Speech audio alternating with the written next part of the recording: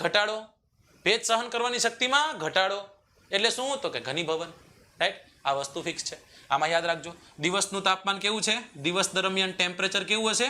Temperature તો કે high હશે, બરાબર. ભેજ એટલે કે હ્યુમિડિટી કેવી હશે? તો કે હ્યુમિડિટી પણ હાઈ હશે. હ્યુમિડિટી કેવી હશે? હાઈ. રાત્રિ દરમિયાન ટેમ્પરેચરમાં શું થશે? ટેમ્પરેચરમાં ઘટાડો નોંધાશે. અને ટેમ્પરેચરમાં ઘટાડો નોંધાતો હોવાના કારણે શું થશે? રેઇનફોલ થશે, એટલે કે વરસાદ થશે. શું થશે? વરસાદ થશે. Is this clear? જો સાવ નાના નાના પોઈન્ટ સમજવાના મિત્રો, આ પોઈન્ટ છે ને આને હું સીધી બધું લખેલું છે, આમાં લીટા પાડી શકું, પણ મને ખબર છે કે એકવાર સમજવાની જરૂર છે. સાહેબ આવી રીતના 7મા ધોરણની NCERT તમે કોઈ દી ભણ્યા હોય ને, એક વખત લખજો. મારે આન્સર જોવો છે કે કેટલા લોકો આવી રીતના ભણ્યા છે. હું પણ જબરદસ્ત એવી જિજ્ઞાસાવૃત્તિ ધરાવું છું. હું એવી આશા રાખું છું કે ઘણા બધા લોકો એમ કહેશે કે ના સાહેબ અમે ભણી લીધેલું છે, બરાબર. હું તમારું હિતે જ છું, હું તમારું સારું ઈચ્છું છું. ચલો કયો મને, કેટલા લોકો એવું કહે છે કે સાહેબ આ અમે ઓલરેડી આવી રીતના જ ભણીએ છીએ?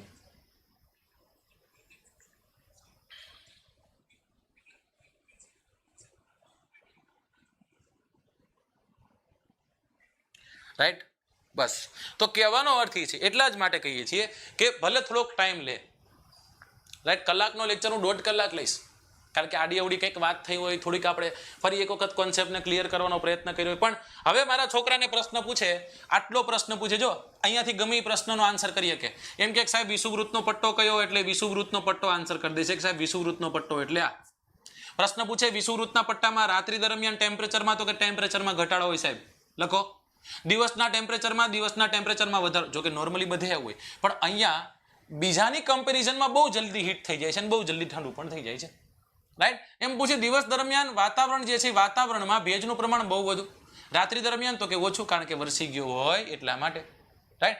વરસી ગયું છે, વાતાવરણમાં ભેજ છે એ વરસી ગયો, અને એના કારણે અહીંયા રેગ્યુલર રેઇનફોલ થાય. શું થાય? રેગ્યુલર રેઇનફોલ થાય.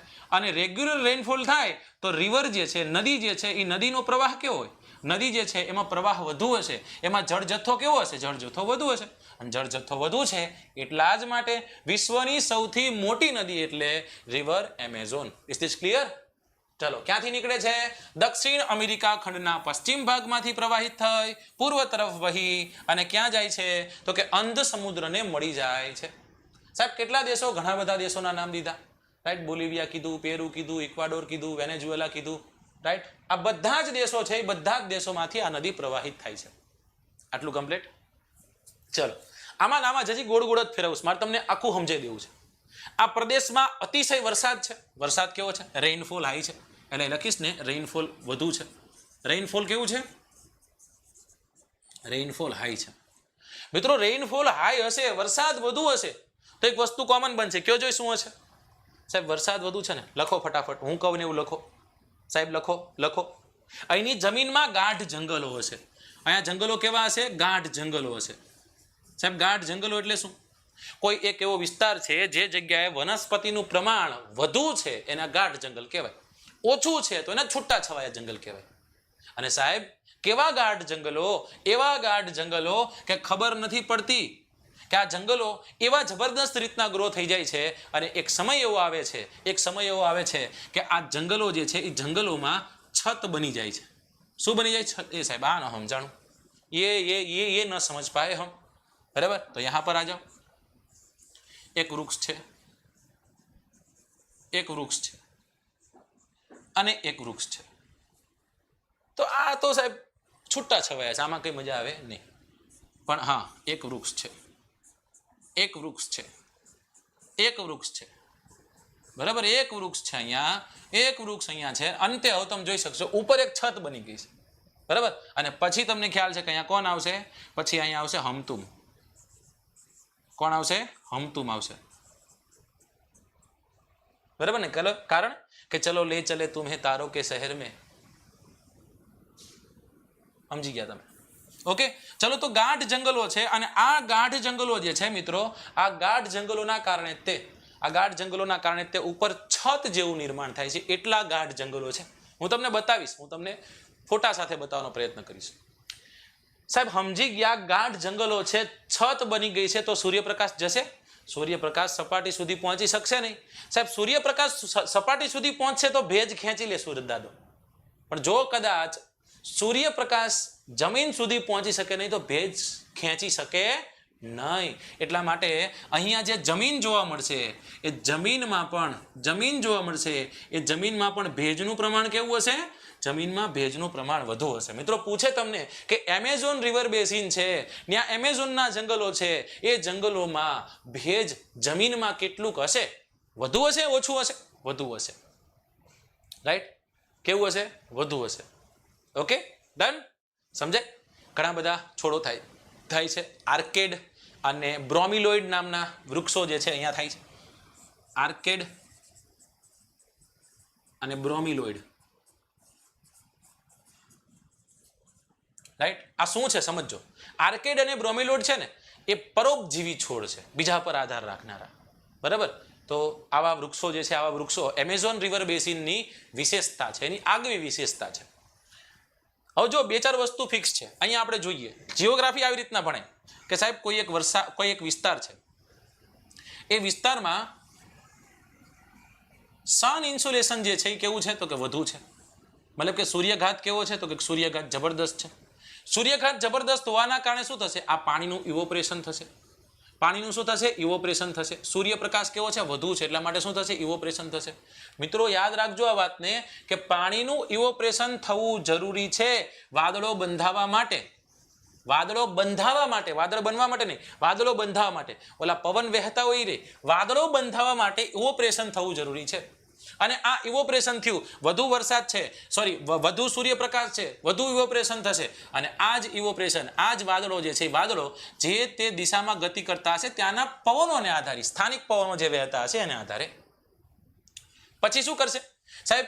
દિવસ દરમિયાન ટેમ્પરેચર જબરદસ્ત હતું, રાત પડી ટેમ્પરેચર ઘટી ગયું અને એના કારણે આ વાદળ જે છે વાદળ વરસી જશે. આ વાદળ શું કરશે? આ વાદળ વરસી જશે. મિત્રો વાદળ વરસી ગયું છે અને વાદળ વરસી ગયું હોવાના કારણે હવે શું બનશે અહીંયા? તો વાદળ વરસી ગયું હોવાના કારણે અહીંયા બનશે જંગલો. કેવા જંગલો હશે? ગાઢ જંગલો હશે. કેવા જંગલો હશે? ગાઢ જંગલો હશે. શું બન્યું હશે? અહીંયા છત નિર્માણ થઈ હશે. કેવા જંગલો હશે? ગાઢ જંગલો હશે. અહીંયા જમીન જે છે, જમીનમાં ભેજનું પ્રમાણ કેવું હશે? વધુ હશે. હજી એક ત્રીજો પોઈન્ટ આમાંથી લિંક કરવાનો છે મિત્રો, અને એ પોઈન્ટ એ છે કે સાહેબ આ બધું હશે તો અહીંયા આપણને બાયોડાયવર્સિટી જોવા મળશે. અહીંયા આપણને જૈવ વિવિધતા જોવા મળશે. એનો મતલબ એવો થયો કે પ્રાણી, પશુ, પક્ષી વગેરે વગેરે વગેરે વગેરે અહીંયા આશ્રય સ્થાન બનાવી બેઠા છે. વિવિધ પ્રકારના પક્ષીઓ અહીંયા બને છે અને આ પક્ષીઓ પોતાના ખોરાક માટે લાંબી ચાંચવાળા પક્ષીઓ તમને અહીંયા જોવા મળશે. કેવા પક્ષીઓ જોવા મળશે? જેની ચાંચ લાંબી છે તેવા પક્ષીઓ.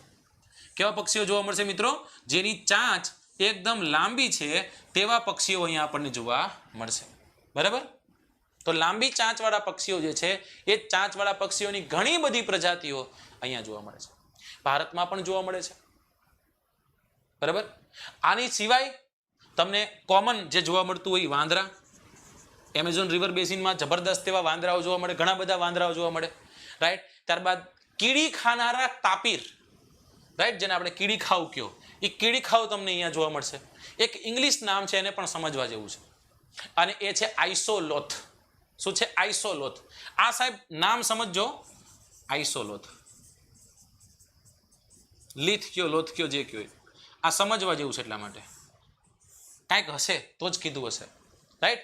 અને ઘણા બધા સરીસૃપો, જો સસ્તન વર્ગના પ્રાણીઓ હશે, રાઈટ, સસ્તન વર્ગના પ્રાણીઓ હશે, સરીસૃપો હશે, બધું હશે અહીંયા. કારણ કે સાહેબ ગાઢ જંગલો છે, ને ગાઢ જંગલોમાં તો એ લોકો આશ્રય પામે, પોતાનું આશ્રય સ્થાન એ બનાવે. મગર છે, સાપ છે, અજગર. પણ સાહેબ આ બધામાં જો આની કોઈ વિશેષતા ધરાવતું કાંઈ એવું પક્ષી, પ્રાણી કે પશુ હોય તો એનું નામ છે એનાકોન્ડા. કેવા કોંડા? એનાકોન્ડા.